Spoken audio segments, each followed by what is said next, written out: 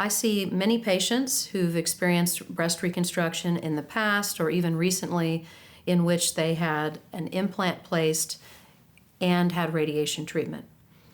And occasionally I see patients who are hoping for an implant reconstruction and yet they know they're likely to have radiation treatment for the breast cancer. Now, radiation is an important component to breast cancer care.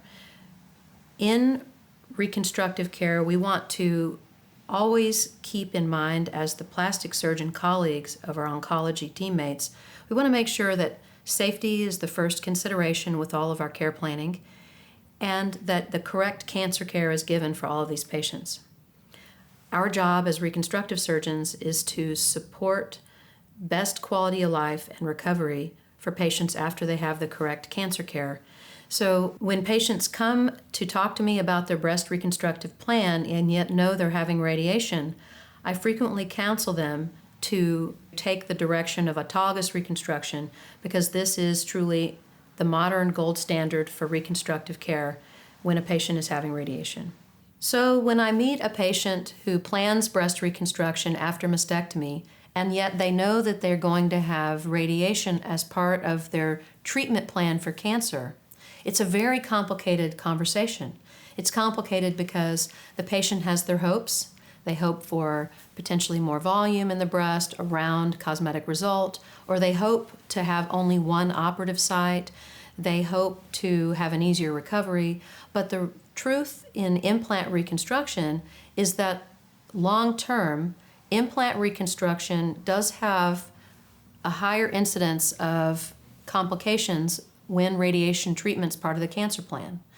Those complications include thinning of the mastectomy flaps, contracture of the scar capsule, exposure of the implant, infection of the implant, and that can be early or even late in their cancer recovery plan. I've seen patients who 5 years after their implant placement have thinning and scabby thin areas over their implant and threatened implant exposure, and that's a failure. So whether the problems with their recovery come early after their reconstruction or late, that's a failure because the purpose of your reconstruction is that you have a result that lasts a lifetime. It's time to move on, recover, you've been cured of breast cancer, and yet implant-based reconstruction can be a disappointment long-term because statistically patients with or without radiation will have reoperations during their lifetime. Implants can last 10, 15, or even 20 years, but it's not a lifetime device. So when a young patient has a reconstruction with implants, we know that they'll be coming back and having an implant replacement once or twice in their lifetime. Then if you compound that with radiation treatment for cancer, we have an additional risk of thinning, of rupture of the implant, of contracture around the implant, or infection, all of which can result in failure, in which we have to take out that implant, go flat, heal, take a 6-month break, and then come back and start over again in the reconstructive process. And that's really heartbreaking for patients and for the surgeons who care for them. So when I meet a patient who plans mastectomy and has a known plan for a radiation treatment, I encourage them to place a tissue expander, hold the space, hold that pillowcase of breast skin into the shape of a breast, get the radiation treatment just of that outer aspect of the breast.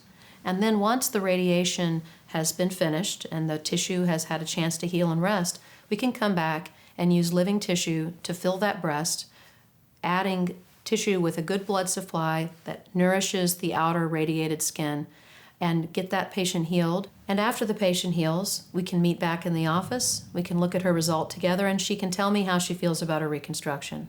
If this is the volume she's looking for, then she has a lifetime result.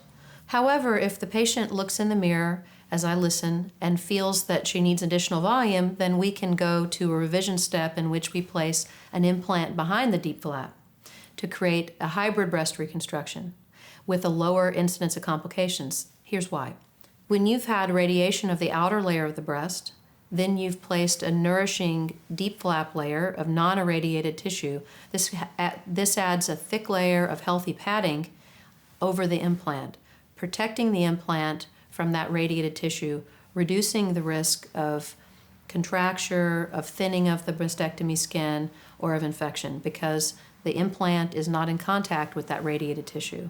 And I think this is a really nice option for slim patients who know they're going to have radiation and who hope for a C-cup or a D-cup reconstructive result.